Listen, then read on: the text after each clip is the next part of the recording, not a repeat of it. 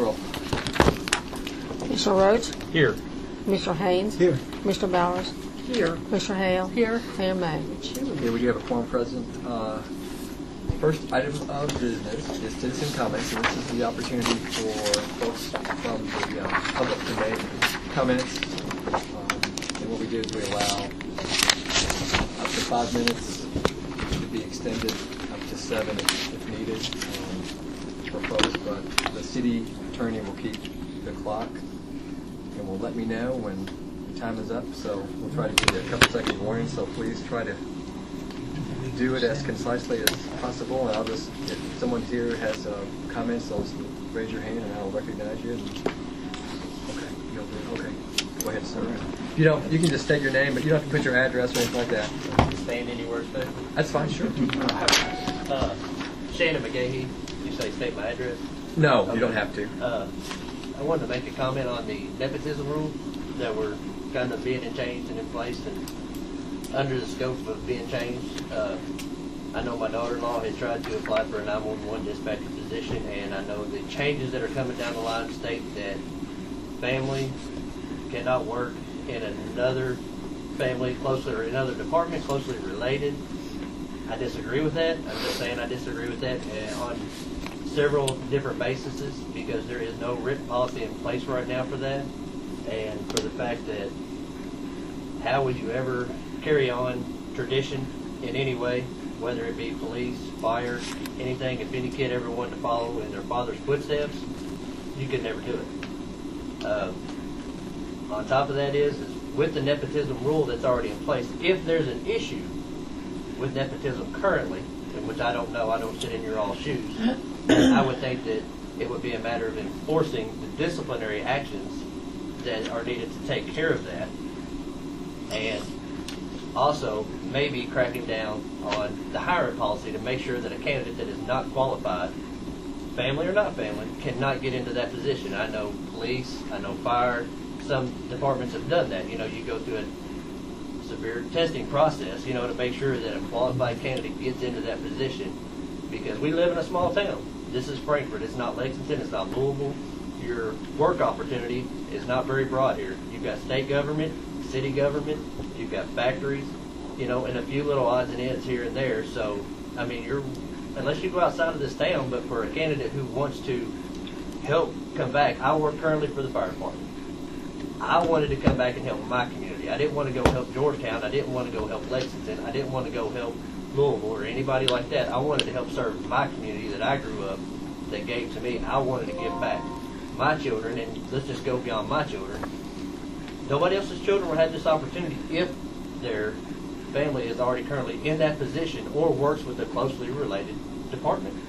So if there's an issue, like I said, currently with the nepotism, then I think instead of punishing these other people, and I say just like, you know, my daughter-in-law who tried to apply for 911 can't get it, I don't understand that, because there is no written policy right now in place. So I don't understand why she can't do that. That's above my pay grade. So she can't move on in the testing process. She can't move on to help serve her community. You know, that's what she wants to do. She went to college for this. She turned in her application. She did the testing, and apparently she scored well in the testing, you know, so she's not underqualified. If anything, she's overqualified for the position, but she can't do it. All because I'm a firefighter, and this is a different entity.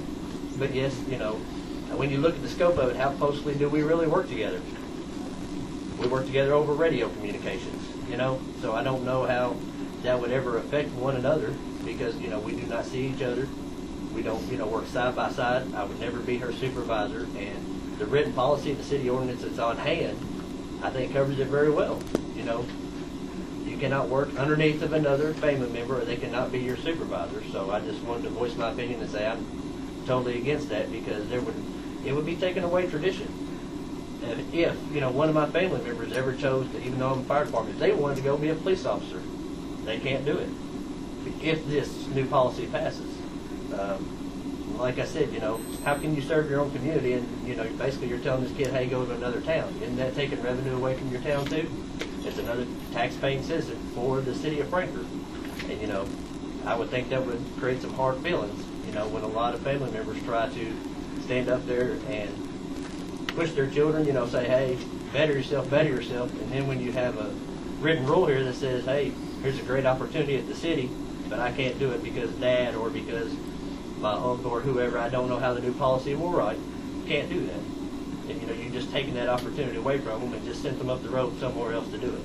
So you're taking away tradition, you're taking away job opportunities. Like I said, if there's any issue with the current nepotism rule, I think that needs to be focused on instead of rewriting it. Maybe enforce the disciplinary action if there's some other weaker systems, or if candidates are getting hired on a favoritism basis, I understand that exists, then a stricter hiring policy. You know, don't punish everybody else in the community just because somebody else went to get a job to better themselves or be at public service or work for the city. So that's what I have to say. Just disagree with it, like I said, due to the fact that, you know, my daughter-in-law, you know, tried to apply, but the brakes got stopped somewhere above my pay grade. I don't understand why the brakes got stopped, because there is no written policy on hand right now that states that she can't continue through the policy, but the brakes got stopped because somebody said stop. You know, hey, this is a policy that's in the working, but currently, yes, sir. Sorry, thank you. No, it's okay. Well, thank you. Thank you. So, did somebody have a hand up? You did? Okay, yes, ma'am. Hi, I'm Terry Topus. I'm his daughter-in-law. I guess he pretty much summed up everything that I could have said. That was my story, but Terry Topus, yes. I did apply for the 911 dispatch job, and I did get to move forward and take the critical test, which I qualified for, and I got an interview, and then I shortly after got disqualified, and I have read over the nepotism rule in the city ordinance, and it does not disqualify me from continuing on in the process, so I'm not really sure why I don't get to move on. And that pretty much sums up.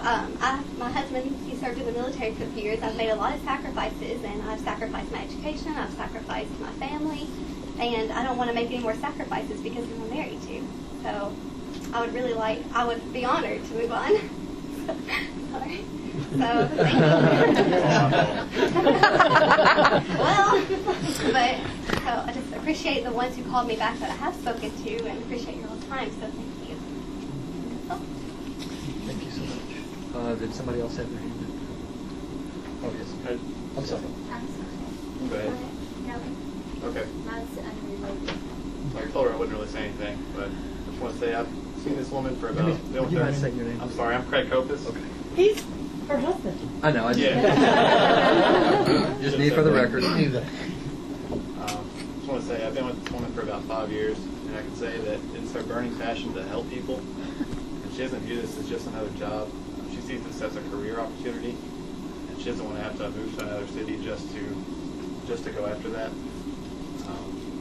Not only is it affecting her, but it's also affecting a lot of other individuals. So we're not really looking for special favoritism. I think all she's really looking for is just the same chance that everybody else has got. So that's all we ask for. Thank you so much. Anybody else on that topic? Ms. Bright.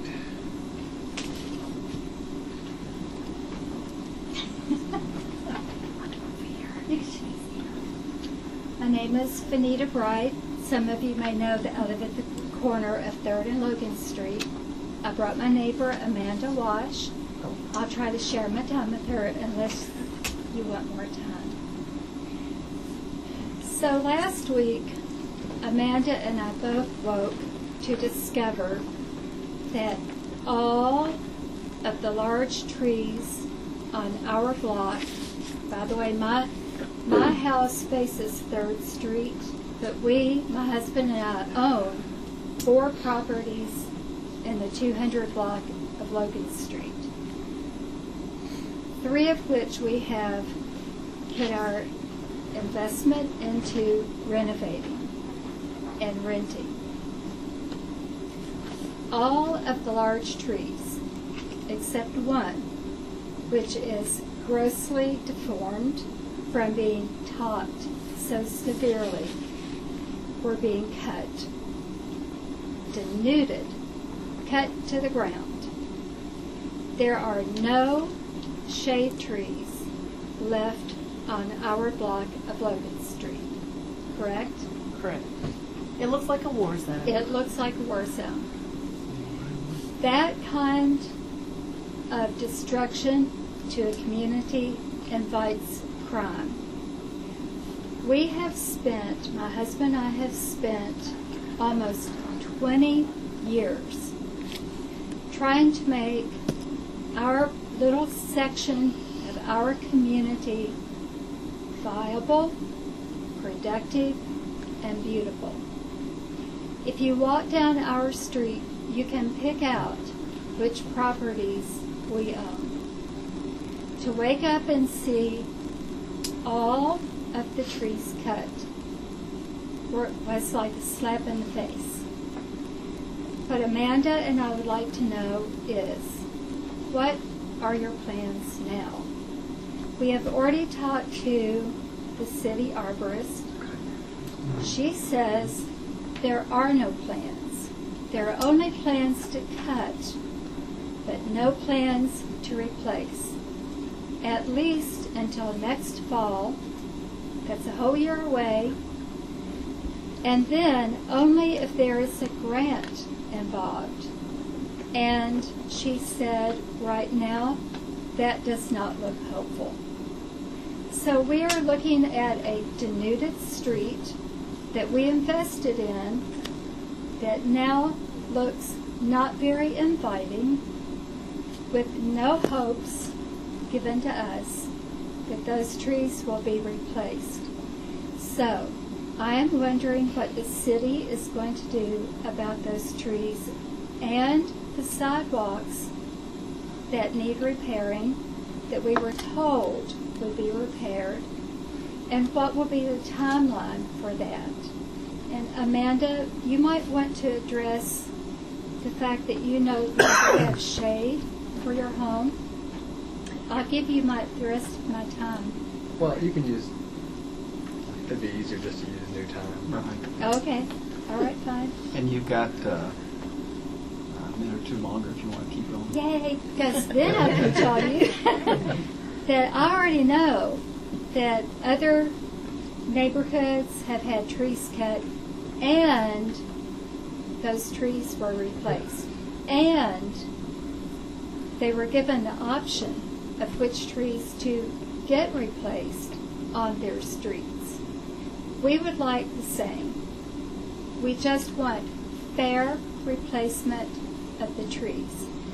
And I would like to also remind you that the trees that were cut, the stumps are still there, lying in valuable parking spaces.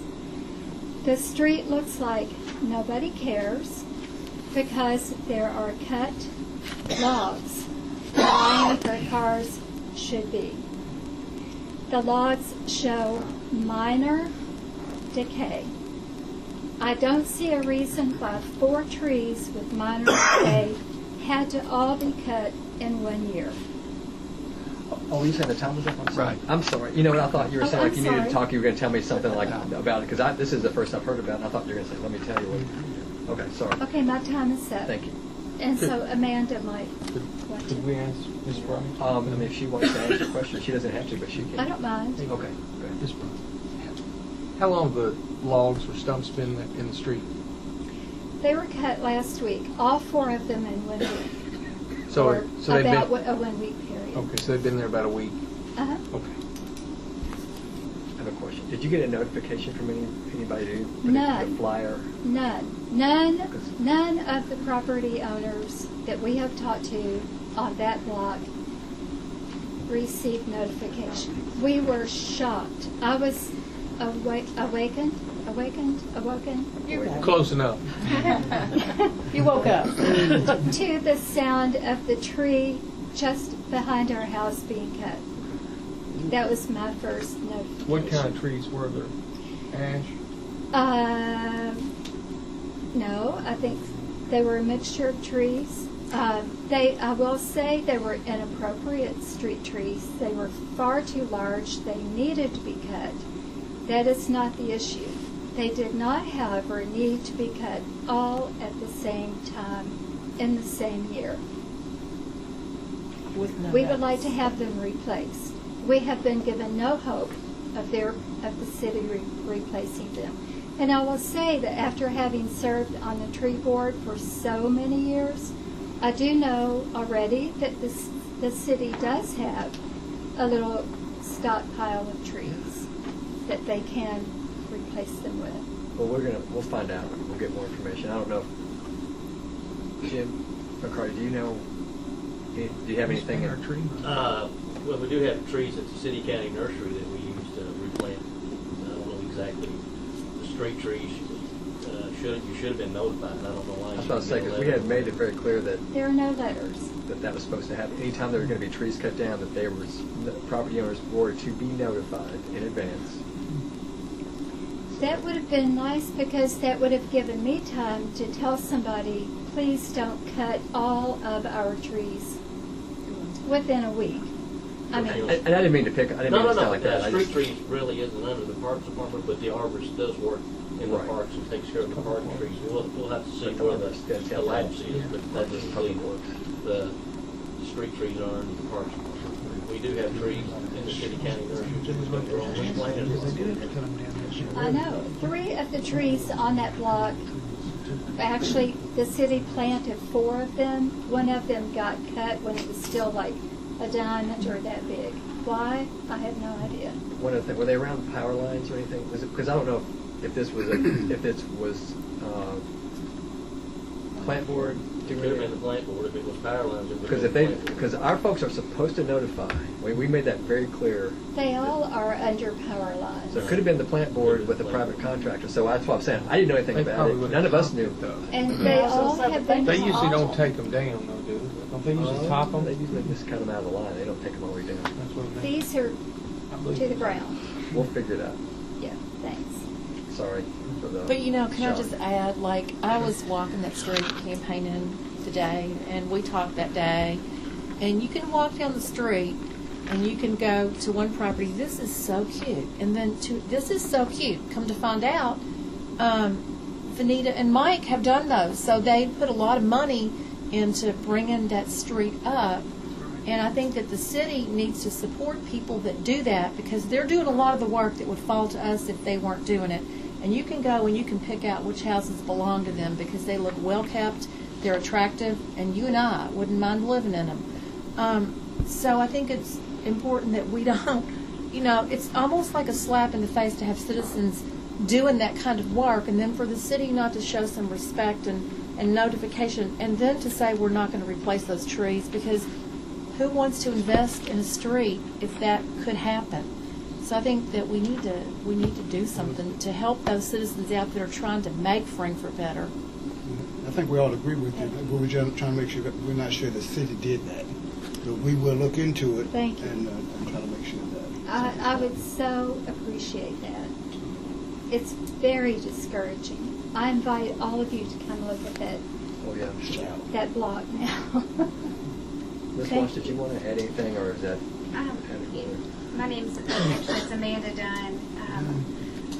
And Vanita said it all so well. There's not much to add other than I live at the corner of 2nd and Logan, and my husband and I had originally moved into Mike and Vanita's property several years ago, and we moved away, and the house that we live in now became empty, and my husband said, do you want to become part of the problem or part of the solution?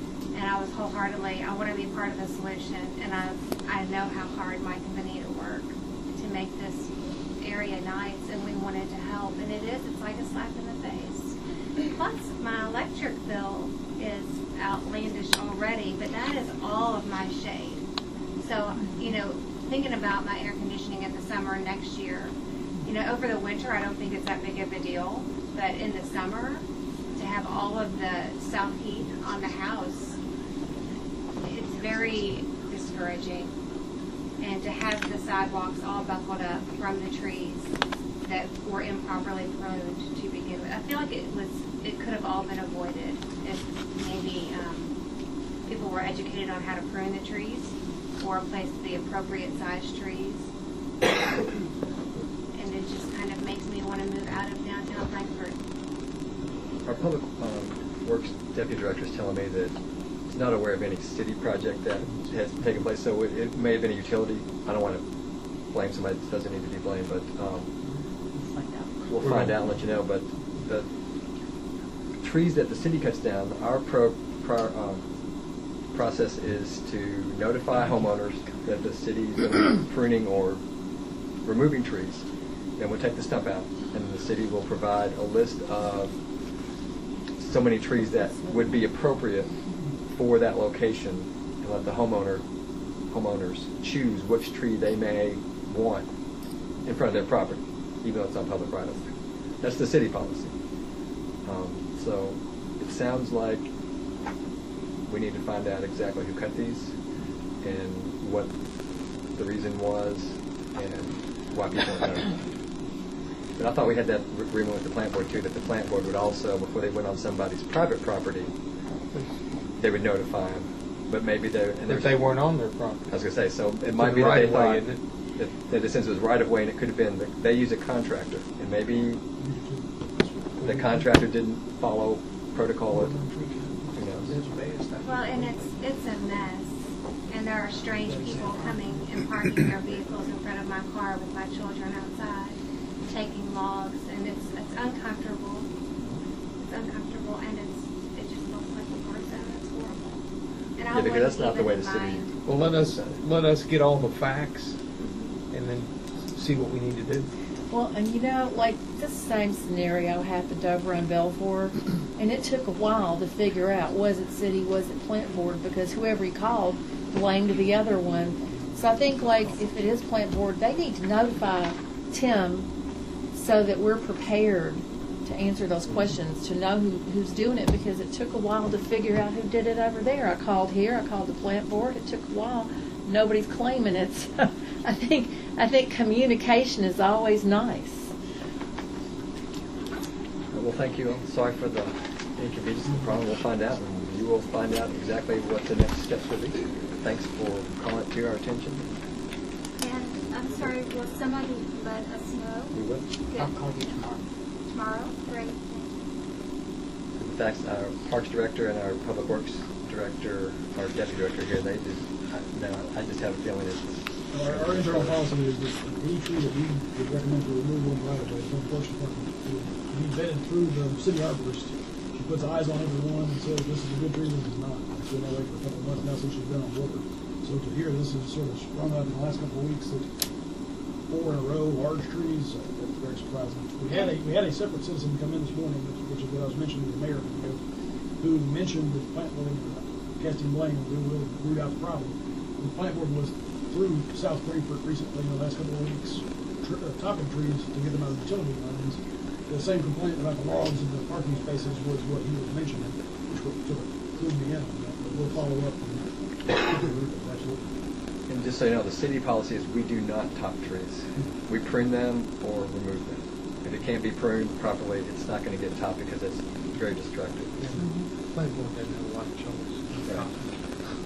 And just so people know, just the opportunity to talk about our tree program, there is an arboretum at East Frankfort Park that gives an example of appropriate trees for in and around and under power lines. There's a whole array of, I forgot how many trees we have there. How many would you say? About 40. About 40 trees. About 40 trees. You can see, like, these 40 trees, this is what they look like, so people can look at those and see as they're mature.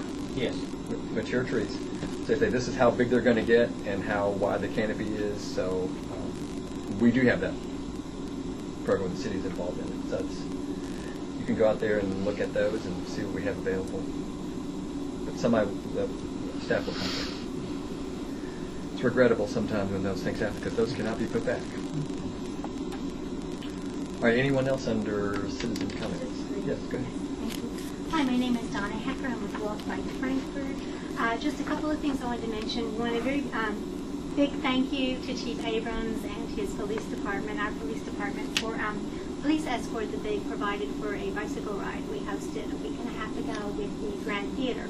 We had about 30 riders doing what was known as Gabraki, which is the governor's autumn bicycle ride across Kentucky. And about 2/3 of them were from out of state. They had a great time, and you guys gave us a great send-off. We really appreciate that. In other Walk Bike News, I know that the CSX Trail is on the agenda for tonight to discuss the status of that. I have been getting a lot of questions about it lately, so I'm hoping that there will be good news forthcoming before too long. I did want to say, with regard to that trail project, I think it's really important that as a community we consider that trail, which would come from KSU to downtown, as part of our community's infrastructure. And if there's a way to, when we get down to the design and construction phase, to look at it as in terms of the other work that's going on in the Home Street area with regard to drainage issues and stormwater mitigation, that might be an excellent opportunity for us. And the last thing I had was on Wilkinson Boulevard. During the before the construction began, we met with folks from the Kentucky Transportation Cabinet in hopes that we might be able to incorporate some more pedestrian-friendly features along the Wilkinson corridor. Unfortunately, it was too far along in the it was getting ready to go to construction, too far along in the process to get those features incorporated.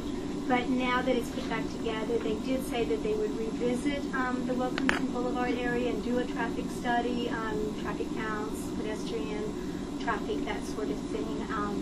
And I just wanted to put in a plug. This could make me a really unpopular person, but I would like to put in a plug for keeping that speed limit, if we have any say-so in it whatsoever, at the 30, no higher than 35 miles. The National Traffic Safety Administration studies have shown that for every 10-mile decrease in the speed limit, it lessens the chances of pedestrian fatality by 50%. So that's a pretty significant factor, and I just wanted to put my 2 cents in, or the 2 cents to Walk Bike Frankfort, and keeping that speed limit at a lower rate on Wilkinson Boulevard. 45 now. What'd you say? They're all going 45 on it now, with them keeping it at 25 past the limit. There are things that can be done to help slow traffic down. We just haven't really gotten into that phase. Blue lights? Blue lights, trees, amazing enough, blue lights, certain landscaping features will help. All right, More well, thank pedestrians. you. All right, thank you very much. Thanks. Any other citizen comments? If not, we'll get into the agenda items. Next item is the joint land use study updated report from Gary Bueller. Is he? I saw him. Here he is, right He's there. right here. Oh, there you go.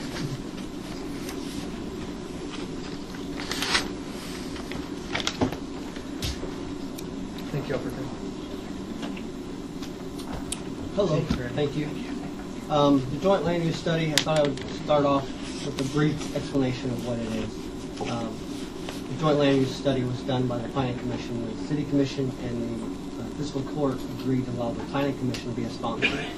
It started by the military asking the city to be a sponsor for a grant to create this joint land use study. The fundamental purpose of it is to improve the compatibility and economic vitality of both the Guard, the airport, and the community, all three together. The JLIS is the acronym we use for the joint land use study. The JLIS was completed by the Planning Commission, and it has recommendations in it. The key is that each, the county, the city, and the Guard would work cooperatively together, but none are bound to do any or all of the recommendations. 2 can do it, and the third one can sit out.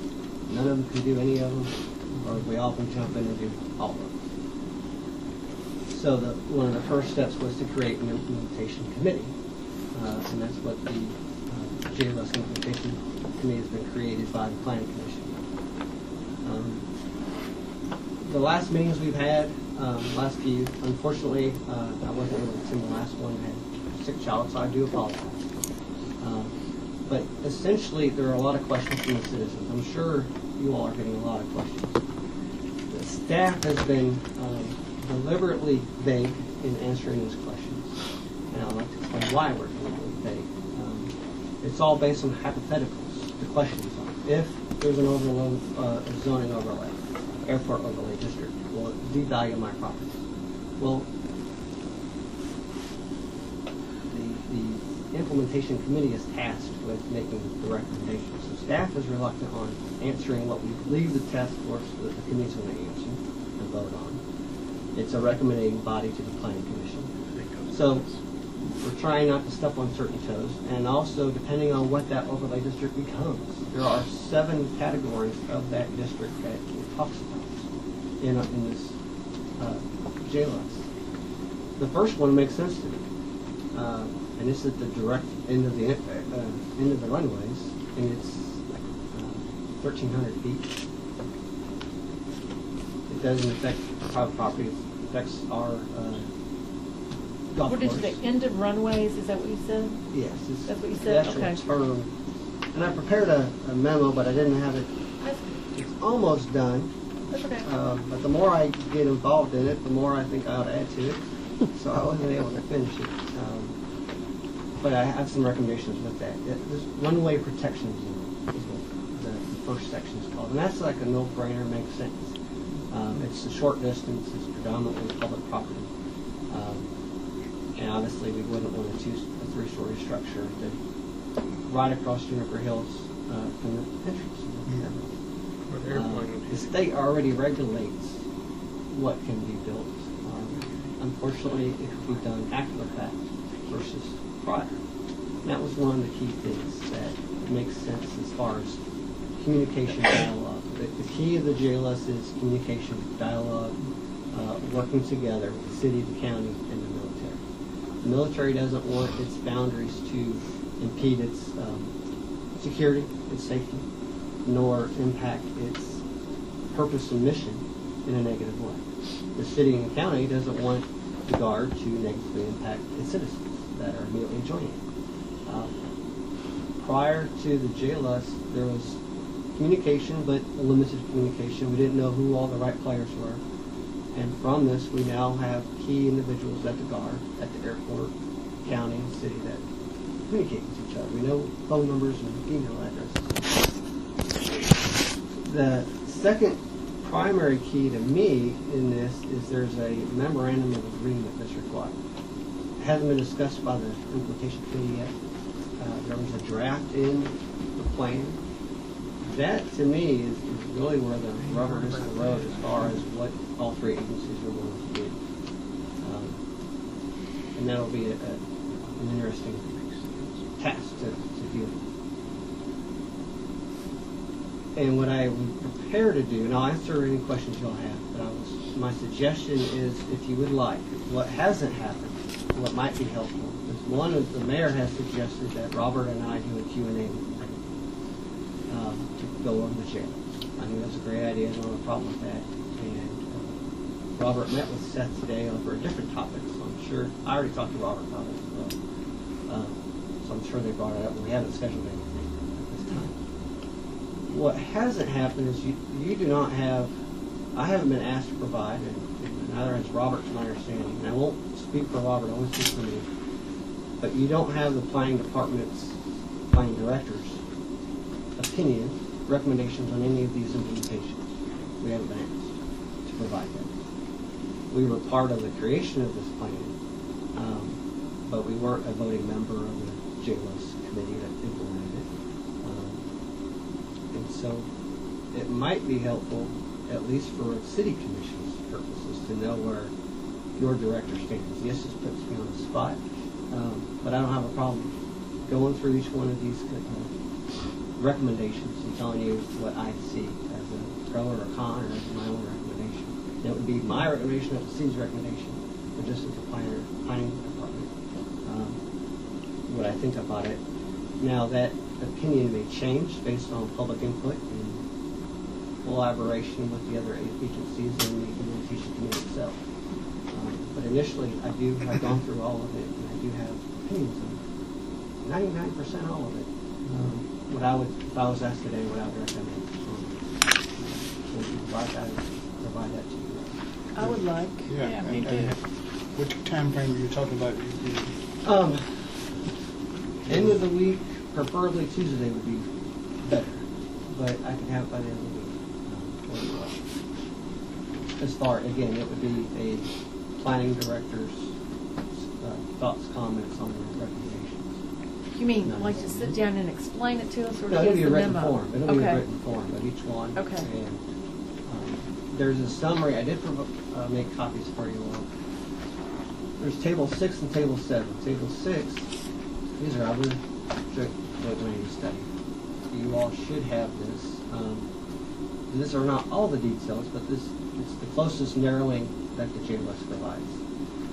Table 6 deals with, basically, this is the zoning overlay and all the categories that affect an overlay.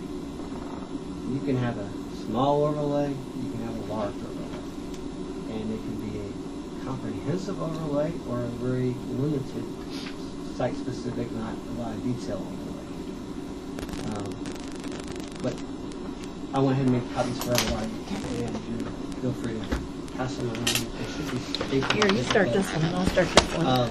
Table 7 are the actual recommendations. Again, categorized. Some are just county and guard. Most of it's city and county related tasks. And I plan on basically going through that and giving you my recommendation on that. If you like.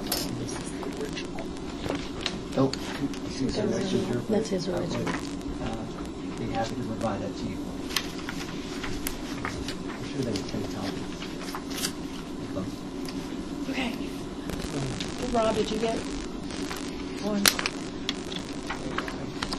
And the county may have a different feel on these as well as the guard or others, but I would be happy to give you that. That may help at least begin with the city's position. Find it.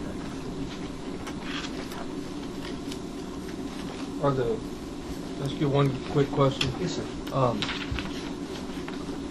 been trying to get to know this better, and it looks like that the primary group that impacts the city, as far as citizens, as far as the concern about property values and noise, is Berry Hill.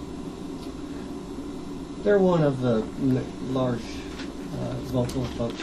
There are other residents that have voiced. And then, of course, people are concerned about noise in South Frankfort, and I guess people are concerned about property values going down, concerned about whether or not they have to have at their closing, if they sell the property, whether they have to disclose it, and those type of things. Those seem to be the general type questions that were asked at the meeting I went to. Yes. Those have been repetitively asked at all the meetings. As far as a disclosure, I do not believe that would be a recommendation from the committee, and it would require state statute changes that would be mandatory as well. There are some other spin-off recommendations that are similar to it that haven't been discussed yet, but that will be in my memo to you. One deals with notes on plats. New plats should have a note referring that this property is in an overlay, therefore subject to noise, vibration. So the overall goal was actually to improve things. Yes. But the problem with this type of thing is that it's hard to see the light at the end of the tunnel. If there is, in fact, a light. Unknown. Yes, and it's really the fear of the unknown. There's suggestions on requiring higher building code standards. Now, the state determines what the building codes are. The city can be more restrictive, not less. So if we wanted to go in and require more building codes, we could. That would be an increased construction, but it would provide a wider home setting, interior of the structure. And again, that hasn't been discussed by the committee. We're not building any houses anyway. We'll just build few. And I've heard the exact same thing. That when I was at one of them, they was more complaining about the helicopters, but they just let that kind of die off. Because the airplanes, that's what they was talking about mostly, and we're going to have a lot of I live in that area, but I'm prior military, so I don't hear most of the stuff. But, the planes are relatively quiet. Most of them that fly, they are small planes. The helicopters was a lot of complaints at one time because they were practicing night flying. And they had to do it so late because at that time it didn't get dark till late. And that was understandable to, communicate with the military and say, sorry about your luck, but you need to fly somewhere else at nighttime. These are mostly houses. And they worked around that kind of stuff. But when I hear at some of these meetings, I think some people work the other people up into a frenzy. Yes. They wasn't concerned when they came in, but then when they got to go out, they were more concerned than when they came in. Right. All about the overlay and especially the valuing of property. That really caught fire. And staff can't say definitively one way or the other because, one, we're not tasked with answering that question officially. It's the task, the committee is to make recommendations, and the planning commission is supposed to make a recommendation to you all. As part of that process, if I could real quickly, the implementation committee is a broad group, developers, realtors, commissioners, planning commissioners, general citizens. They will make a recommendation to the planning commission. The planning commission, this is my understanding, the planning commission will then either direct staff to, yes, draft an ordinance to make this happen, and then that ordinance would go back before the planning commission for a vote, and then ultimately the city commission. The county would do the same thing if it only affects the county. And again, you all can say yay or nay, and the county can say yay or nay, and if there's differences, there's differences. Boone National Guard has a list of things that they're supposed to be working on. We would have input, but whether or not they advise or adhere to that or follow their own, that's what that memorandum of agreement is really tying it all together, is that all entities are making a good faith effort. On that committee, you said it's developers, planning commissioners, and citizens. Citizens pulled from those areas closest to it, I would hope. On the original JLS committee, yes, it was very broad. We put Jane Julian and Jerry Lunsford, the most two opposite folks you could possibly have at the time back then, as far as opinions of development. But it was intentionally done that way. This one, Joel Fisher represents basically South Frankfort and Berry Hill because they kind of grouped together. And there's a couple of citizens that requested, and I believe the two of them got done that are immediately in this area. And Ms. Morris from? Yes, the Berry Hill. So that was positive, in my opinion. And we're not trying to hide anything. We're not trying to keep anything away. We actually are trying to allow all three to be better neighbors. I don't think the Guard's going to get everything that they're hoping to get out of the city. Just being realistic. I don't think we're going to get the same thing, that they're going to do all the things that they had indicated in here. But I do believe it's better and it's been worth the project because now we have the names of people to talk to and they do respond. And there's just better communication. We've gotten plans from the Guard that we have never been able to get from before, and information, which is wonderful. As well as the airport has been cooperative, but they were super cooperative. So that was very positive for our community to get that information. And now that we have that information, what do we do with it? Do we just hold on to it, or do we advise developers and stop there, or do we advise down to the buyers and make them sign a piece of paper? Those are the steps that are talked about in this process. What do we do with this data? And that's what this committee is assigned to basically go through and suggest to the planning commission its findings. You started off earlier saying there's a possibility for you and Robert Hewitt, I guess it was, Robert going to the paper to do a Q&A. As a joint Q&A. What time frame would you do that? Because what you just explained seems like it's going to be a while for those things. But I think the sooner you get question, information, and answers out there, I think that will give a calming effect. You know, that we're trying to work together, kind of like what you're doing for us here. Well, I spoke with Robert on Friday, and I spoke with him again today. We don't have a date specific, and I don't know if the paper is even. They said they were. My understanding is they're interested in it. Not bad news, so it's not going to chop yet. And it is a controversial issue, so that's always helps papers. The reluctancy of there is concern for me to throw myself out there and say what I think about this, but I don't have I'm okay doing that. I think it's the right thing to do, and it should help you all at least know where I'm coming from. And I'll try to make it simplistic and not too wordy, and then be able to explain my answers at another meeting like this. if I can have it, middle of next week would be great. Have that finalized for you. Take your time. We don't want you to throw yourself out there too early. But there's a lot of issues in here, and there's some that are really good and some that can be good, but I have concerns with them. Prime example, we should be sending development plans that are in a unknown area to the Guard for comments, and to the airport for comments, and that's great. I have no problem with that. But my problem will be if I'm not allowed to. If they don't respond timely, do I delay that development plan review and approval? Which is then delaying the project, which is then Makes it less likely to want to do it. less popular. And we have a bad enough rap for other agencies' delays, for good, bad, or different, so presumed delays. And then if they oppose it, are we going to, and I have a lot of questions. And you have You a lot want to of brief us questions. first before you jump out there and throw yourself on the bus, right? You said something about next week you can give us. Oh, I can give you my thoughts on it, yeah, but I'll be on the bus as soon as I give it to you all. That's okay. If they oppose it, does that mean we don't approve the project, or do we do a public hearing?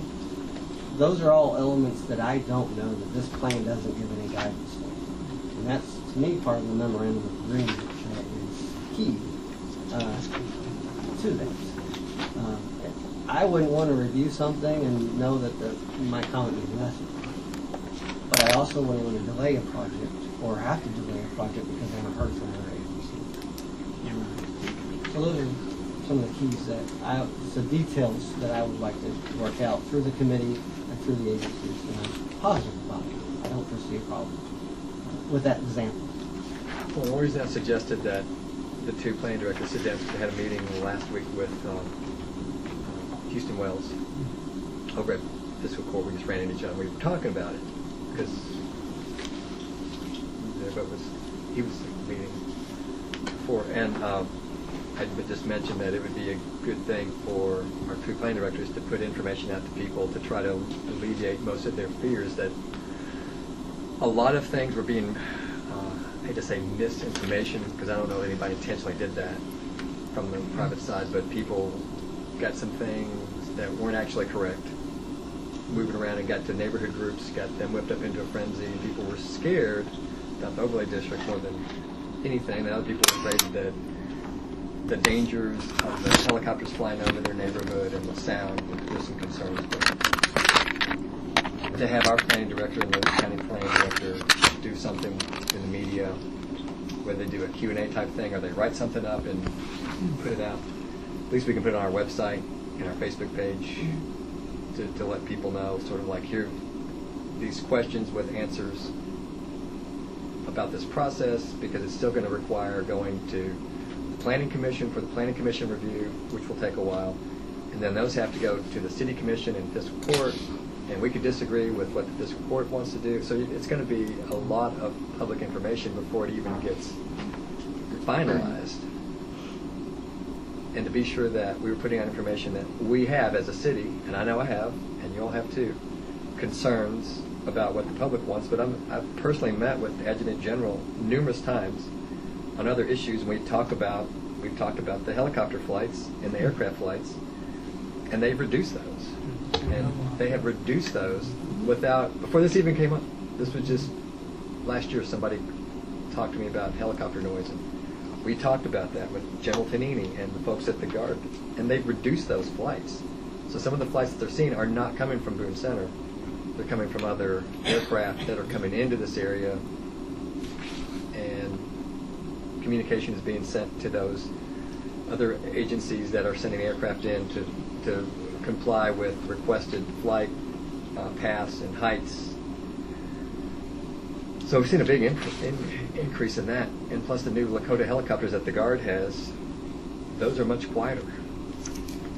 So there's a lot of things that the Guard has done that the public somehow is missing, because some people have put out a lot of fear and gotten people whipped up into, to me, an unnecessary frenzy. And they're asking, well, what's the city doing to protect us? Well, we're doing a lot. We're having meetings. We have done things. and we'll continue. I don't think anybody around the table doesn't want to protect our community. And when citizens call all of us, I know everybody here has followed up. So thank you for that update. And the citizens that are on the committee, I mean, one's from South Frankfort, one's from the Berry Hill area, and another person is a private owner in the county that has private farmland. So those are people that are on the committee that are from the neighborhoods that are most affected. So those folks are advocates for the neighborhood, and hopefully information gets shared and doesn't get misinterpreted and misrepresented for whatever reasons. Because some people have it in their head that we're not doing anything to protect them, which is not true. As we all know. Going through this process, you are taking steps to try to better the community. So when is that Q&A going to happen, Wednesday? That's what Tom said. You'll need to put something When is out. that Q&A going to happen? That has not been scheduled yet. I mean, It's when up to are the- we targeting? Like next week? We wanted to do it as soon as possible, but it's up to the newspaper and other media outlets whether they run it. But I just thought it was better coming from them because then it's not Right. coming from, it takes all the Right. speculation out those. And I think the key thing is to give, and I know you all are on that, is to just, give information. I would give information so people have a basic understanding of what's going on. I don't think this is the time to give the 46 preferences you're going to give us in that thing by Monday or Tuesday.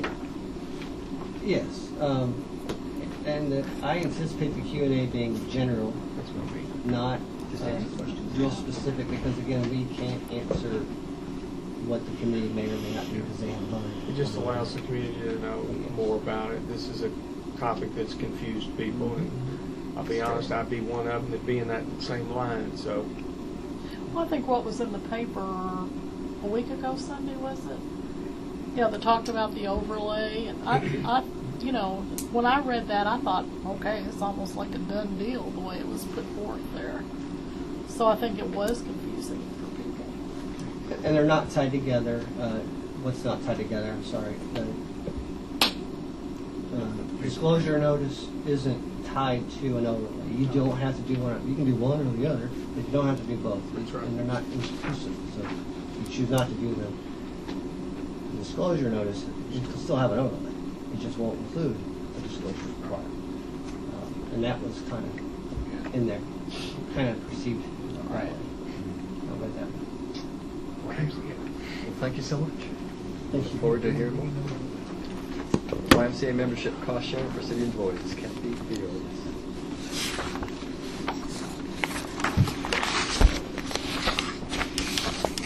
We've got a couple of guests with me from the YMCA. We have Brent Wallace, Associate Director with YMCA, and then Keith Gallagher, the Executive Director with YMCA. I'll hand out each of you just an overview of what the YMCA offers. We have Brent Wallace and who? Brent Wallace and Keith Gallagher. Keith. Okay. Oh, here you go. Oops. In 2013, we offered a wellness program through Humana Vitality, which I outlined in a memo to you, and that wellness initiative wasn't successful, so we ended it at the end of the year and haven't offered a wellness program in 2014, but there continues to be some interest from employees. And while employees' suggestions do vary, I would say that the primary thing I've heard the most on is interest in the YMCA. So I kind of checked into it, and the YMCA would offer a 10% discounting to City of Frankfort employees, and then I proposed a cost sharing where the city could maybe pay a portion of the membership and the employees could. So I would like to know if the commission might be interested, if they have any questions.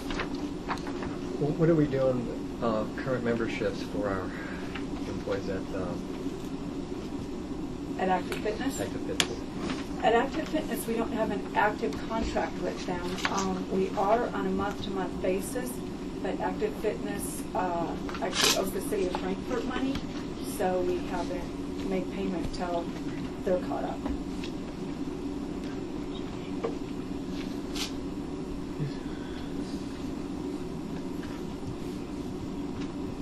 I know it's a surprise, I have a question. Is there, whenever we do these kind of things, whether it's the Y or anything where it focuses on wellness, is there any way we can benchmark this so we can determine whether or not we're going to drive any cost savings from it for the money that we're expending?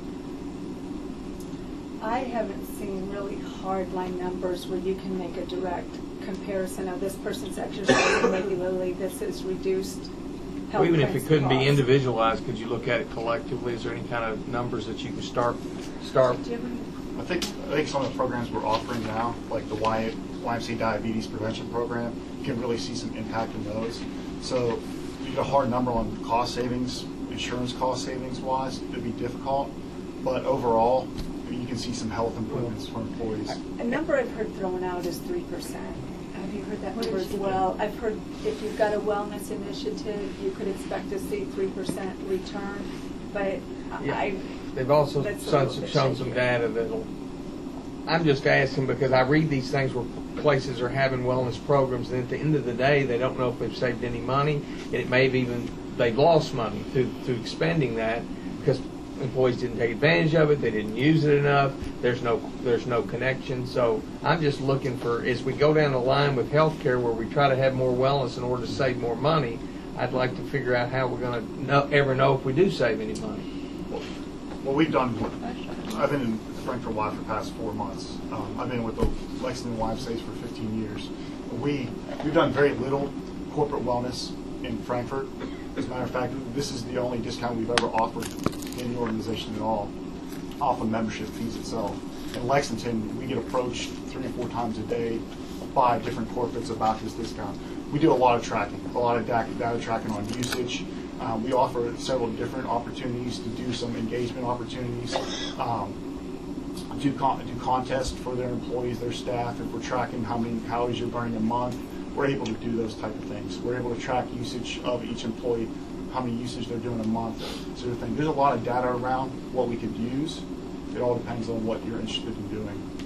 I would agree with your statement with the last wellness initiative that probably was it. We probably did lose money with that. We could historically track our claims from year to year and look at our participation in wellness, but to say that our claims Correlation's no causation. Yeah, I don't think you can make a firm connection with that. I mean, it goes without saying though that if you exercise and you stay well physically and mentally, it should increase your productivity, it should reduce your claims cost, it should help your employee morale. I'm really posing this because, again, there have been employees that have kind of asked, we've had a wellness initiative, will we have one again? So I'm bringing something to the table as a possibility to do that if the commission has interest in it. Again, the things about the why that interested me or made it seem like maybe the best of suggestions I'd heard. That was the most common. That would be a big reason. But the breadth of the Wise offering. I mean, not only is it just offering a place to work out, but they have programming too, and it can work for families. And that's one of the complaints that I've heard about our current arrangement. Or again, we're there month to month, but it's not contractual, and we're currently awaiting payment from that particular business. But one of the complaints is that it's not really suitable for a family environment to work out with spouses or children or whatnot. So mostly I'm posing it to see if there is interest, if there are other things that you'd like me to explore, so that I can let employees know if a wellness initiative is something that we want to pursue or not. This cost has typically been housed within the medical insurance budget line. So that's where the cost would be absorbed. How much we spending now? It's like, They owe us money. Oh, they owe us money. It's Yes. month to month. Month to month. Yes. But what's the monthly payment? I know they owe us money, but I guess we've overpaid. Is why they owe us money. Right. The monthly payment is like $670 Okay. approximately. Something So like not that. many people are utilizing it. No, utilization's pretty poor. I would say Okay. maybe about 15 employees. I'm for trying it. I'd like to do both. No, I'd like to do both the information for it. I'm a member of the Y, and I actually have a question. I'm hoping it's not personal, but every time I scan my card, I can see my name and face and everything come up. So on your software, can a person in a year say, okay, I want to look and see how I did, you know, whether I worked out X amount of days, because who knows, you know, I'm getting to that age, I might be able to take this to my insurance company and say, look, I'm Absolutely. in good shape. We do have tracking capabilities, so all we have to do is pull up your membership, and we can pull up the status of how many visits you came in per month, per year, however long you're tracking this. So it would show us whether or not it's worth doing. Yeah. Exactly. And that's what we can do. And people are using it. also. A lot of the corporates we work with in Lexington, they request that information from us. I can see why. This is a similar tracking program that we actually use for Humana Vitality. Humana Vitality members check in, and those check-ins actually accrue points with their Vitality program. So we send a report in Humana Vitality for all the Vitality members. And they're working on reciprocity with YMCA's and other neighboring towns. Now, there's not a Y in Lawrenceburg, and there's not one in Harrodsburg, and there's some areas that we do have employees residing that there is no YMCA present. But the employees are coming here every day to work, so there'd still be that opportunity before or after work to use the Ys here. And you describe the 5 visits a month, or We just finalized the reciprocity agreement with Lexington, so with a slight upgrade to your current Frankfort membership, you're able to utilize all the Lexington locations as well, which is a great opportunity for a lot of Frankfort members. We're looking at reciprocity with the other Ys in our region, but a lot of the Ys that we work with already, for example, if you're a Frankfort member, you can go to Lexington 5 times a month using the Away program. So they'll honor your membership here up to 5 visits a month too. So it's a great program, and a lot of Ys use that as well. If you're traveling throughout the country, they'll honor your membership. A lot of Ys have different policies around that, but most consistently it's around 5 usages a month. So are you, in addition to, this would be like in addition to I remember that. what we have currently with well, again, we're kind of in a month-to-month status, needing to, some of this hinges on what that business does in terms of occupational tax payment and net profit payment. So it's an awkward situation, I guess because my concern, just making sure that some of the folks that we have in police and fire are required to do so much per week, right? No, we actually changed that, Mayor, to it's a fit for duty program now. Okay. And now they're encouraged and are required to pass fitness standards annually. And I think in ordinance, if I'm not mistaken, it says that the city will ensure that there are, or something to the effect that in an effort to motivate the employees that they will provide. That's what I wanted to ask. I suggest if there's interest, it may be a good win-win for all employees, for those that really prefer the YMCA and the broader offering, and those that like the using active fitness. I could see if they would be interested in a significantly reduced fee based on low utilization. So from kind of talking to directors, it seems that the numbers are maybe around 15 people. Yeah, hardly. Pretty low. So based on that number, I think that the possibility, if there was interest in continuing with them, to significantly reduce the price would be there. That could maybe be something, even trying to offer something for everybody. What do you think, Chief? I think I like the proposal with the YMCA, and we some of our participation has declined at active fitness since a change in management. So, I don't think that it's a lack of desire, at least on the part of the police officers. It's a lack of facility. So I think, and another thing I like about this proposal is you've got the employee contributing some as well. I'm hoping it'll increase their usage. So you think this Y could accommodate you all also? Absolutely. Okay. And they have the two facilities in town. So yes, I think you could. What about from the fire perspective? I don't know if you knew this was going to come up. Well, a bit, but just as Kathy had said, over the years, probably the biggest request I've had is, can we move to the Y? Is there some way there can be a cut rate or subsidized? Can you do payroll deduction? And we have I think we probably have a lower usage rate, even though our head count is higher than the police department. And it's due to availability of hours, and there's a lot of people looking for an opportunity to bring their family on board. And so it's just for the most part, have not done an official survey, but I certainly have more comments about I would like to use the Y as opposed to. So we're supportive of it. I will say there's probably 4 employees that are quite, strong in their desire to be able to continue to use active fitness for what that may be worth. Very low, but it matters to them. Right. Well, thank you. We'll just get further information. Thank you. Thank you all. Nice meeting you all. Can I ask you a question, Mayor? So did we leave this with her going with this? Yes, I think. Well, I think the fire chief wanted to talk to his folks, get some more information. And So I've not done I would say that without doing an official survey, that overwhelming people who speak to me say, what can we do to get to So you're already, okay. Yeah. So everybody's on board for the Y? I am. Okay. Just wanted to make sure. Thanks. Not leaving my chair. Yeah. Okay. Liens associated with nuisance code, property maintenance, and delinquent property taxes. I guess that comes under. I can do that. I guess a couple of things. One is the commission is aware that we're ramping up the foreclosure actions in order to collect delinquent taxes.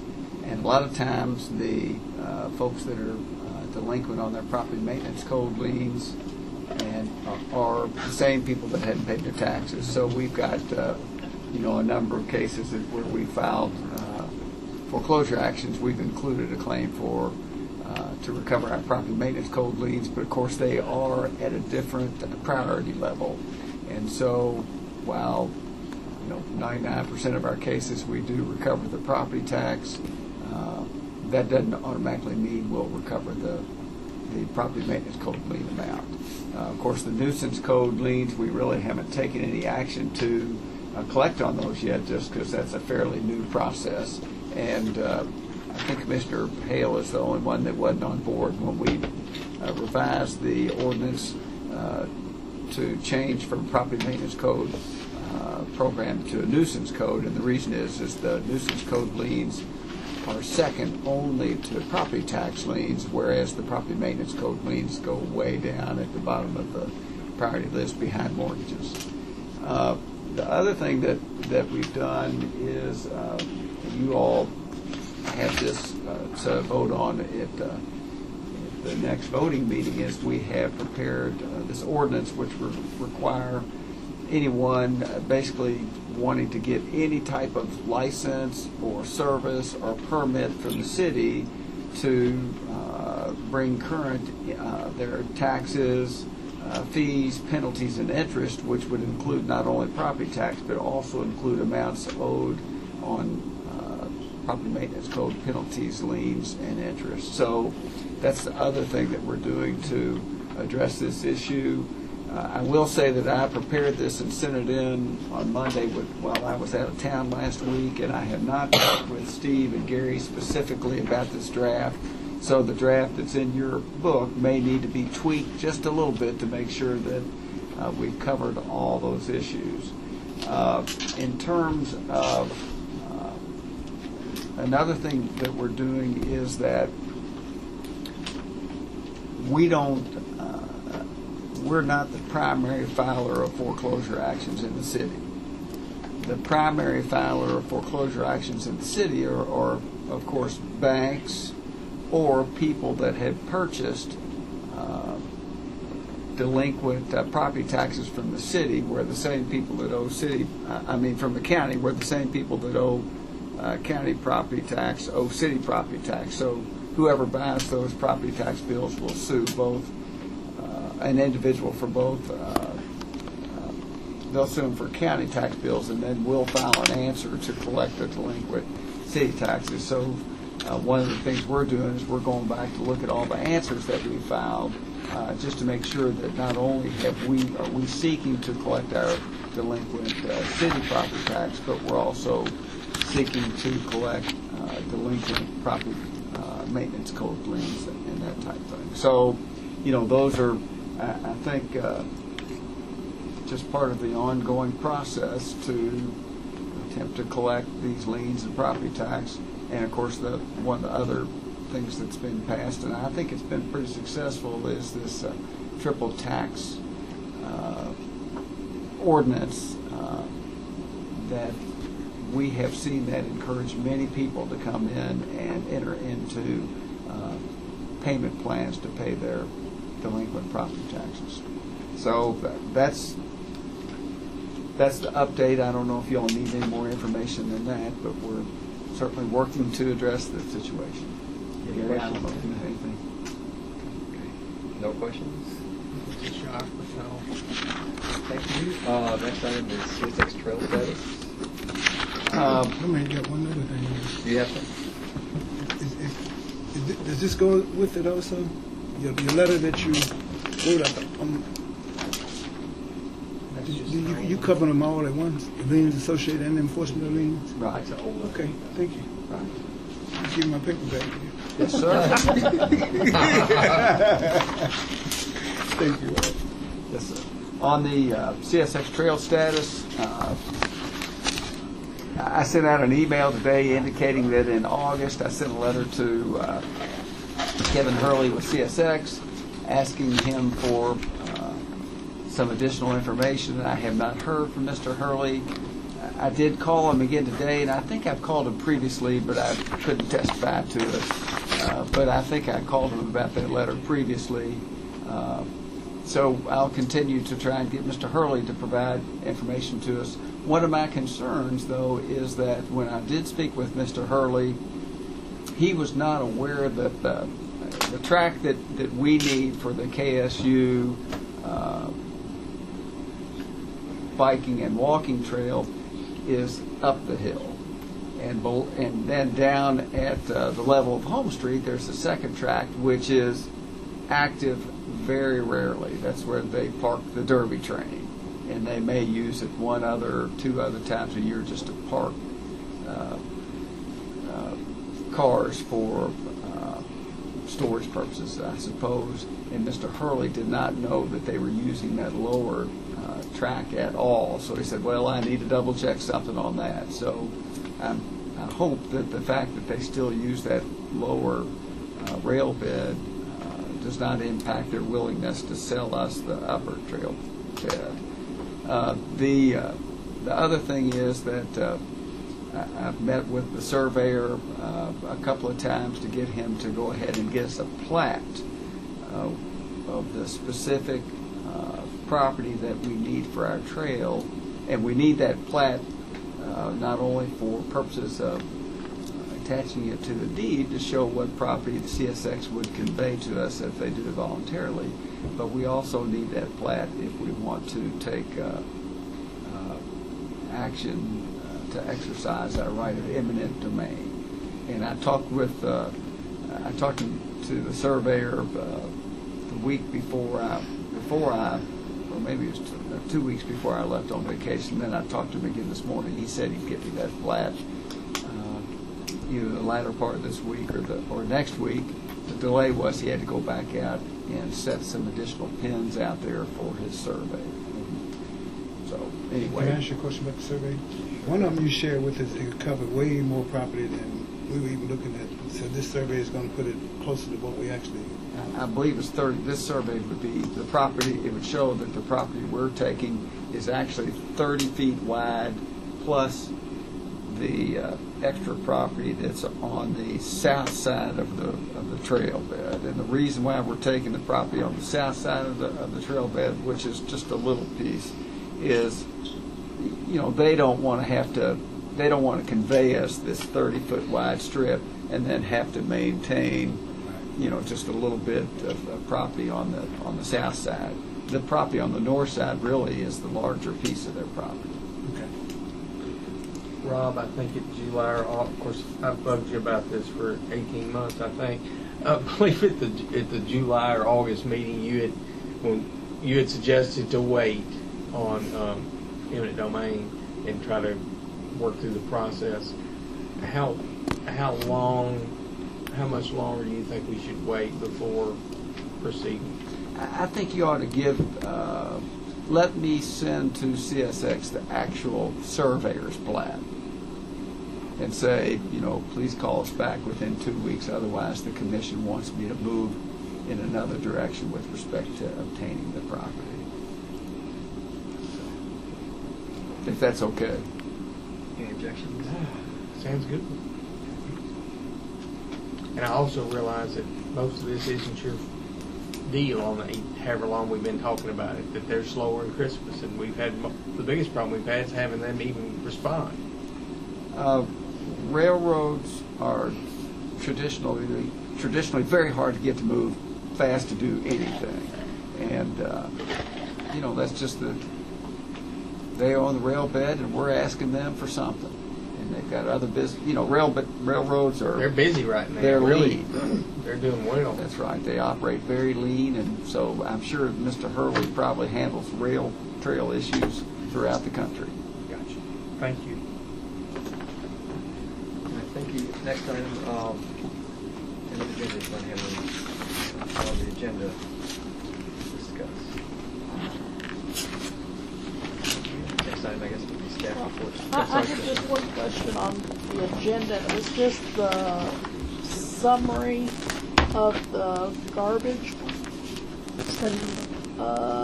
4.2. And I think it still had the language about containers until the amount due has been paid in full. And Right, and I just haven't had a chance Okay. to switch that. I reviewed this today when I came in. I said I need to review that abstract. Revise it. that was it. Any others? All right, next item would be staff reports.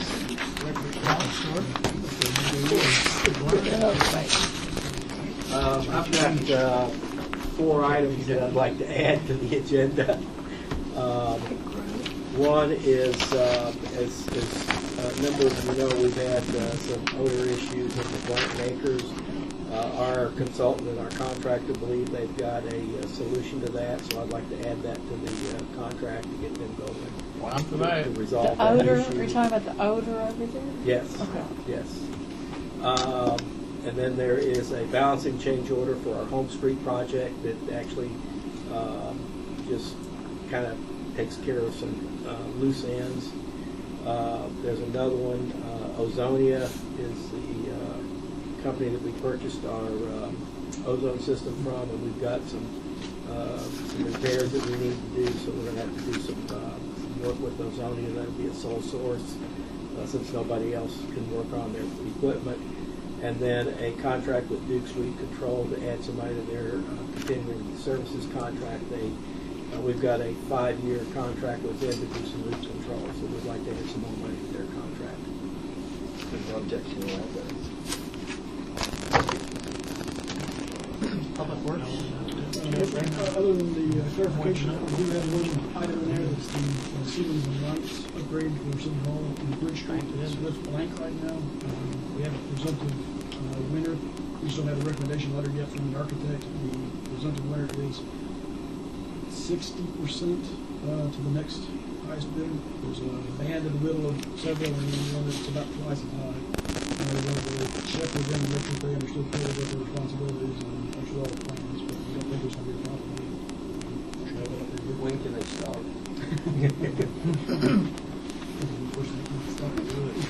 Planning Director. The RFP for the historic, special historic district consultant is the deadline of the opening is October 17th, and it's been advertised in 2 different websites besides the cities. Unfortunately, I had a single call. So I can't hear you. You said no call. I'm sorry, the RFP for the historic CLG grant that was awarded allowed them to move forward on.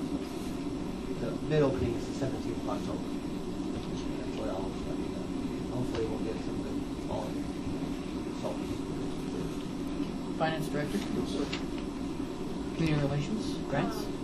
For our Brownfield grant, our RFQ is out on the street right now. It's due back on October 28th. We have had lots of questions on it, so we'll be a lot of good firms involved. Parks and Rec. Nothing to report. Mr. Moore?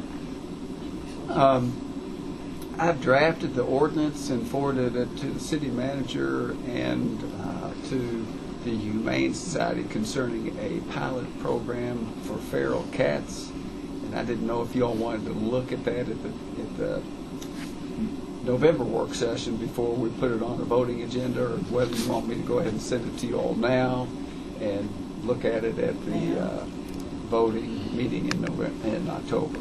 I'd rather see it in November. Okay. Is it already put together? It's put together. I have not yet heard the Humane Society's comments yet. So I can go ahead and send it out. Yeah, just like if you send it so we can be thinking about it. Yeah, I'll go ahead and send it out for everybody. City clerk, comments? Fire chief? No, sir. Police chief? No, sir. Abrams? I'm sorry, no, sir. HR director? Yes, I have a few. One is that Chief Sloan and Steve Dawson and I made a visit in the last couple of weeks to Lexington Fayette Urban County Government and saw their on-site clinic. It was a very informative presentation, and there's some interest to how it could apply here at the city of Frankfort. So we're kind of just looking to see if there's commission interest with us continuing to explore that idea. We'll get to a point where we really need to cast out the net with RFPs to get a better idea of what the fixed cost for having an on-site clinic might be. But there'd be some immediate savings with drug testing, pharmacy costs, which would be passed through. Drug testing would be, like a sixth of what we pay right now for that. What else could we save on immediately?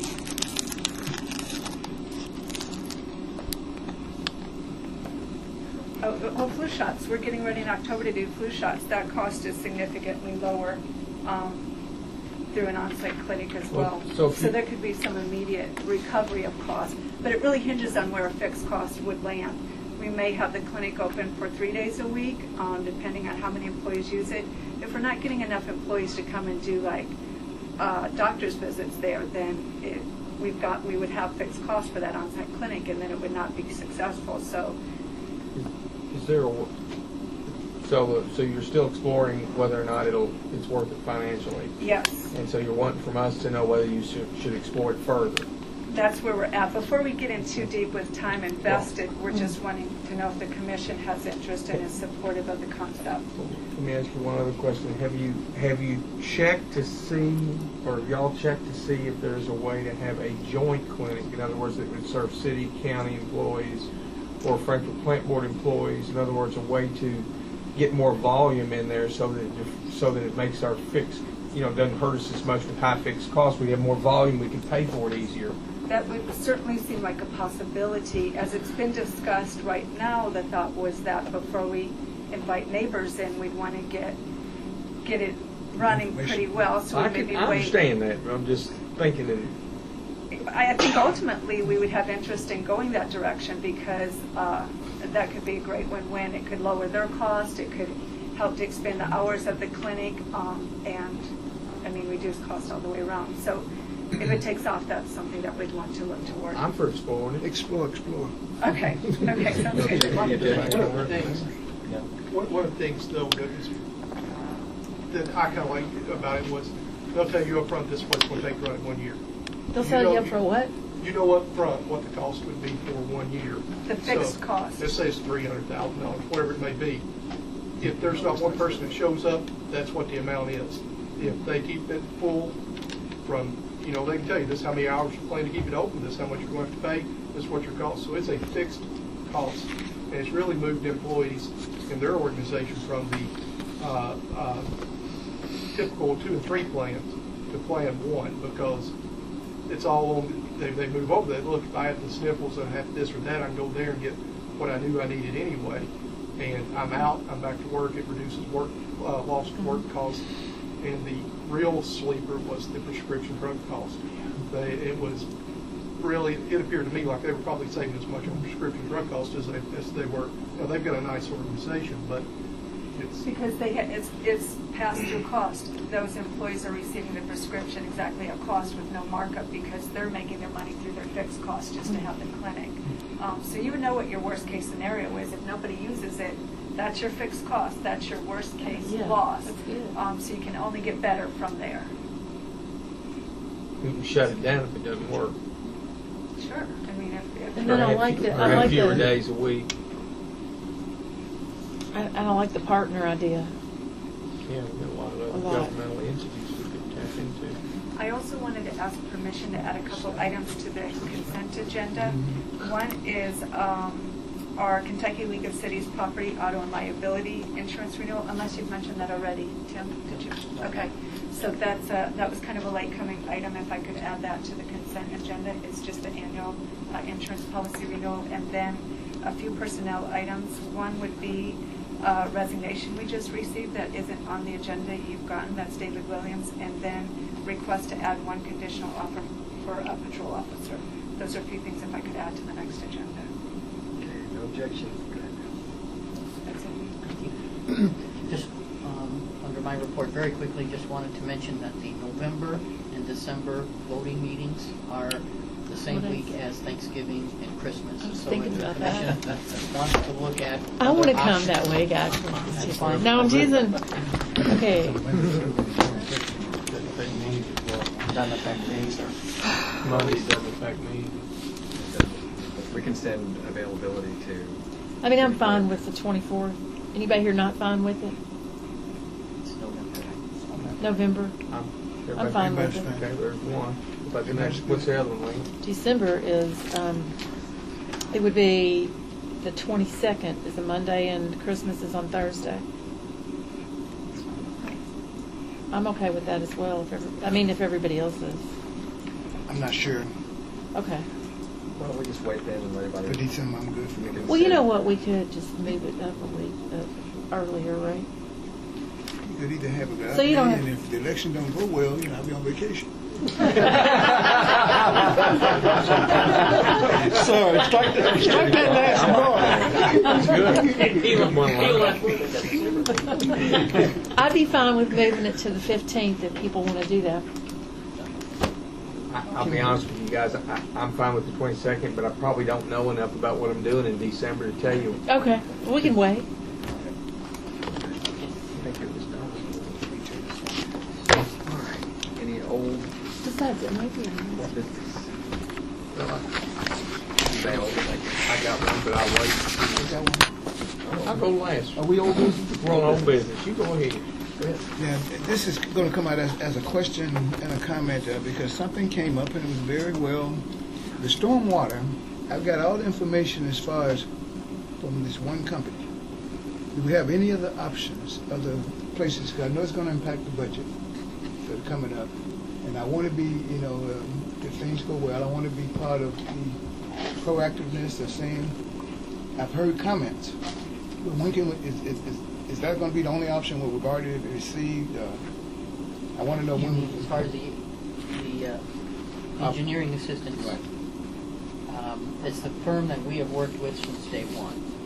And if the commission is interested in looking at alternates, then we could do that, but you lose the continuity that you had with the original firm. I'm okay with what they have, but I've heard one saying that maybe it should come out of the budget. And if that's a possibility, how would that, how could we do that? And I've heard, well, I hadn't heard on the internet, I saw where some other people did some things that were, it lessened the cost because they made, I don't know if it was gravel or something instead of concrete, something they did that lessened the cost of different places. And I tried to send that to you and it didn't work out well. I just want to make sure that, because that's going to be a nice time, November, December, because come January we're thinking about the budgets, we're thinking about things, and I've kind of put that one out of my mind for a while, but I think it is time to at least see, where we're going to go with that. Perhaps a November work session, or, I mean, it's a pretty big topic to discuss. But November or December, either one of those, because I don't know how big November looks yet. And I'll bring those other documents, get it to you. I just wanting to make sure that we're smart about it, because we're not the only one that has this problem. I started to bring it up at KLC. I only got to spend a day and a half down there because, but it just wasn't enough time. when I was in and out of there, to see what some of the other options were, because the way it was left, I'm not sure if KSU has a number of what their cost would be. You know, in the hospital, all these places that have some pretty huge costs. You know, as far as I know, nobody has talked to them. They said, this, if it goes this way, this is the way we're going now. That would have been part That's of the next step. Yes, part of the next step. If we were to hire the engineer to work with us for the final phase, that would have included several community meetings, including meeting with the large users. So, I think where you're exactly right, Commissioner. I think where we were was we had a debate or discussion about, we were at that point in time whether or not we should approve an additional $180,000, give or take $1, that they had gotten the price down, because it was going to be a lot more than that, $394, whether or not to proceed with that. And I think, as y'all all know me, I gave the position that let's take a look at this and let's figure out how to pay for it with current revenues. And then I think other positions were brought forth, and I think you said, let's just wait. And I think that's where we left it, was to wait. And I think where the only problem I have with November and December, I never have a problem talking about things, as you know. But if we're going to tackle a stormwater utility fee, yes or no, or we're going to tackle a project, those are two different issues. You could go ahead and say, we know we have to do this project, it's an important project, we've done a rigorous cost-benefit analysis that shows that there's a large benefit from this cost, we could go ahead and do that. That might be an issue. But I'm just be honest, I'm a little reluctant to have the debate over stormwater utility fee or pay for it with current revenues, or a combination of those two, with I believe that the new commission should look at that part of the debate, because I think that is a big issue. That doesn't mean we don't tackle big issues, but I would be probably inclined to put that one off. But if y'all want to talk about it, y'all know I've talked enough about it. I'm happy to look at it again. And the only other piece that I think we need to look at and discuss is, I've still not been an answer to my satisfaction on our proposed projects, which ones we have to do and which ones we don't have to do, and what the benefits are of each of those projects. I got a general cost benefit analysis from Tom, which was good, but if I'm voting to authorize millions of dollars, I want something more than general.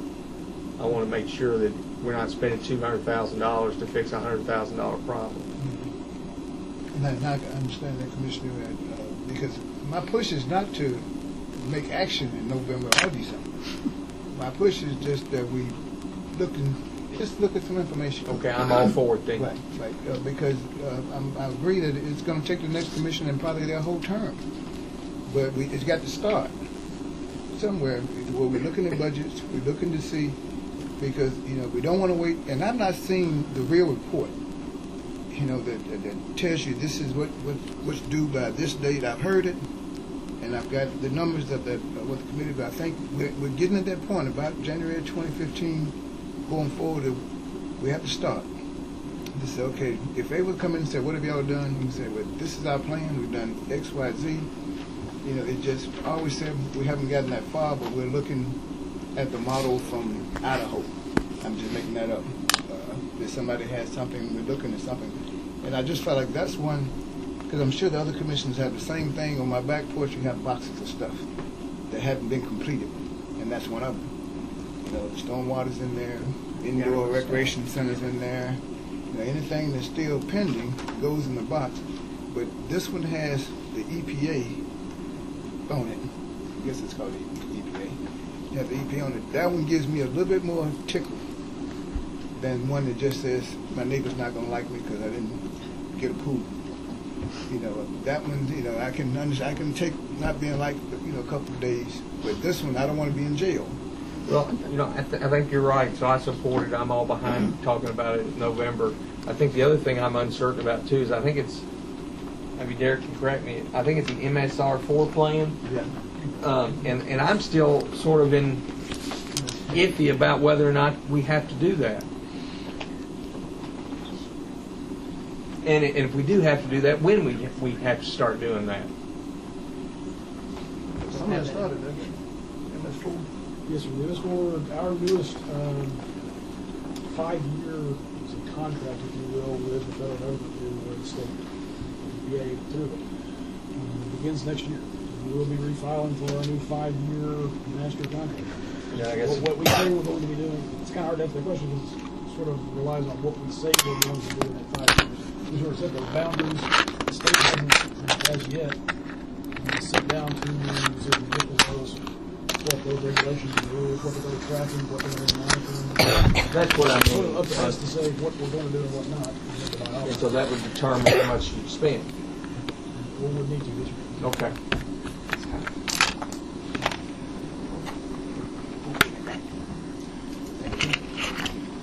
That's something different on old business. That's it. You got little. I do. I was just going to see if anybody else had anything. Anybody else did? I just wanted to know if we'd heard from the plant board on that letter. No, I need to talk. I'm going to talk to you about that in it's got to send a memo. Plant board representative. I haven't heard anything.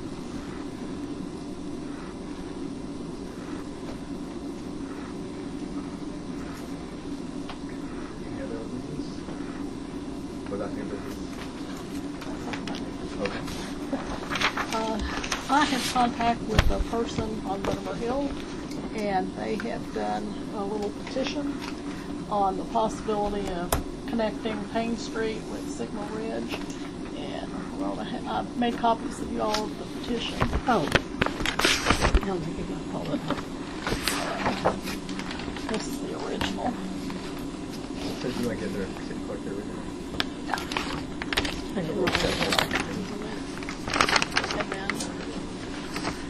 then they have signatures, but they don't have addresses, but they're all there. I think they started on.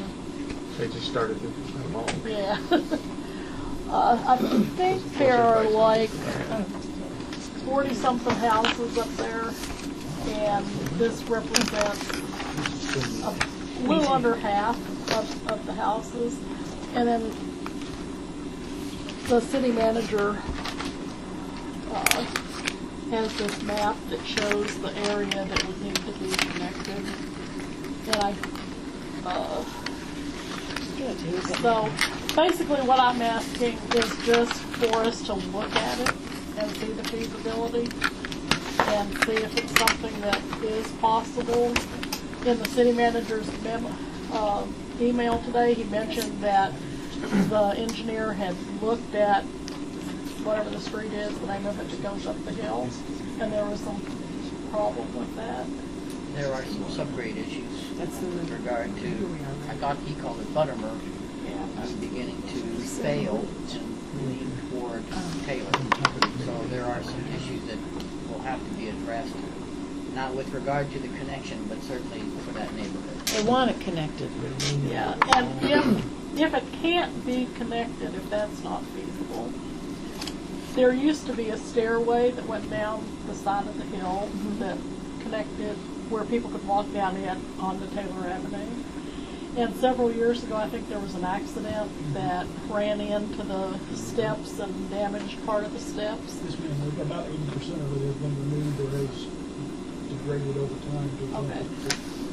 So the second, I guess, secondary request is it's not possible to do a street through. Then if the steps could be back, so residents there wouldn't have to walk down the hill and then that whole, section of Taylor Avenue, because the steps were closer to the trail, train tracks, so they wouldn't have as far to walk on Taylor Avenue. This is up, okay, the Signal Ridge is up the hill, right? Yes, ma'am. That's Riverbend. And it's largely county. So It's all county. here's my thing that I wonder if they thought about. I mean, they know what they want, obviously, but I just wonder if they thought about that becoming like a cut through, like Collins Lane. Is that what they want? Well, I don't see. I mean, I think there are some people that are concerned with that. Well, I mean, I think that's something they But- really seriously need to consider, because once it becomes that way, they will not like it. But If it becomes that I way. wouldn't think very many people would Not many choose don't to cut come through Buttermere. to cut through Buttermere Hill to get downtown. You know, not Well- when you've got the connector there going down, Okay. and much. You know, I can't see people wanting to do that. It would only be the houses that Well, look you- down that way, the same way they use Devil's Hollow. You know, Right it's now, a- what they've got is like a privacy around them that kind of insulates them. And I mean, you know, maybe some people don't like that, and I don't live there, so obviously we need to pay attention to what those residents want. It just doesn't make sense to me, but I don't live there, so. I was going to say I would be more in favor of the steps, because that's what they used to Okay. use. And you also have, between those two, I live on Rivers being sad. All that, as it was mentioned, all that on Signal Ridge is county. Okay. And so then you get down to the bottom, and I think we have some city houses down there. So, you know, you got some issues there where if steps would be, usually, that is a steep, I've walked down there before they built those houses that closed it. They haven't continued this other building, but there used to be a street back in the old White House, and it was a nice walk down, but that was pretty steep. Yes, sir. Internally, if I can argue that, we discussed that. Mr. Scott thought something as well. To reconstruct a set of stairs along that is very steep. There are some very serious safety concerns that we would have to address. We'd also have to get state buy-in, which may be a lengthy process as well. It may be easier to coordinate with the county to do the cut through. And for another thought, the road that goes through there, it provides a secondary egress for the folks that are living on the top of the hill, just in case the river rises and it actually blocks off. That's true. You got secondary egress for safety, fire. That's true. So, some thoughts there. Both of them are viable. Both of them have some difficulties in that other place. I think to use the word Commissioner Haynes uses all the time, I'm for exploring it. I'm fine with exploring it, because what the devil's in the details. I'm wondering what the road would cost to connect it, what it would cost to get the ground prepared properly. What's the cost benefit from this? You know, there's a whole lot of things to ask. Those steps there by the road. Well, I saw those growing up and been up Buttermere Hill. My great grandmother was born up there a long time ago. But the challenge with having the steps there is you know, it may be a danger. It may be more dangerous than what they've got now. I don't know, but I'm for exploring it and see what the costs are and what the benefits are, and looking at it then. What about, like, if we connected it over this way? Well, something to think about. Would this be, I don't know. I'm going to let somebody smarter at that than Yes, me too. No, you can't go that way. What if we just have a city No, look, this is, we could shuttle them down in a street city right bus. here. They've already said the buses, it's not safe to go up there. Well, but our bus sounds like I know. But you know, the garbage trucks go up there. There's I'm not where the charging hill for is it. at the end of the street. But I mean, I think it could be an opportunity for the city and county to work together. You know, to. That's why it's good to explore it. If it behind that clump of tree bends a line. decision one way or the opinion one way, it is already what appears to be slightly right of way, about better than half of what this new road bed would be for some unimproved lots at the end of the Signal Ridge, which, like I said, if it's already dedicated right of way, there's very little we'd have to do other than execute the building. We could take a look at both options simultaneously. Maybe a developer pays for it. If you Person develop the land there, we maybe that'd be something they could. There's about 7 acres. Okay, okay. At the end of that existing Signal Ridge, and they're all Always pretty good. Every time I'm at the street, I'll contact Chris Collins. what's on the other side? Thank you all. Thank you. Any other new business? I just wanted, I don't know that this is new business, it's just something I wanted to say. It's new. I just wanted to thank Chief Abrams and the police for having the meeting that they had with KSU. I thought that was just excellent. And I think it's really wonderful that you all did that and to be proactive and to have a good relationship. Thanks.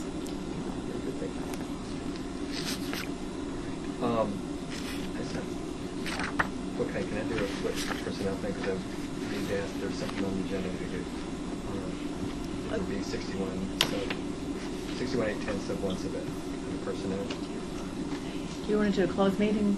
Just a quick one. I move that we go into closed session for personnel. 61, 810, sub 1 sub F.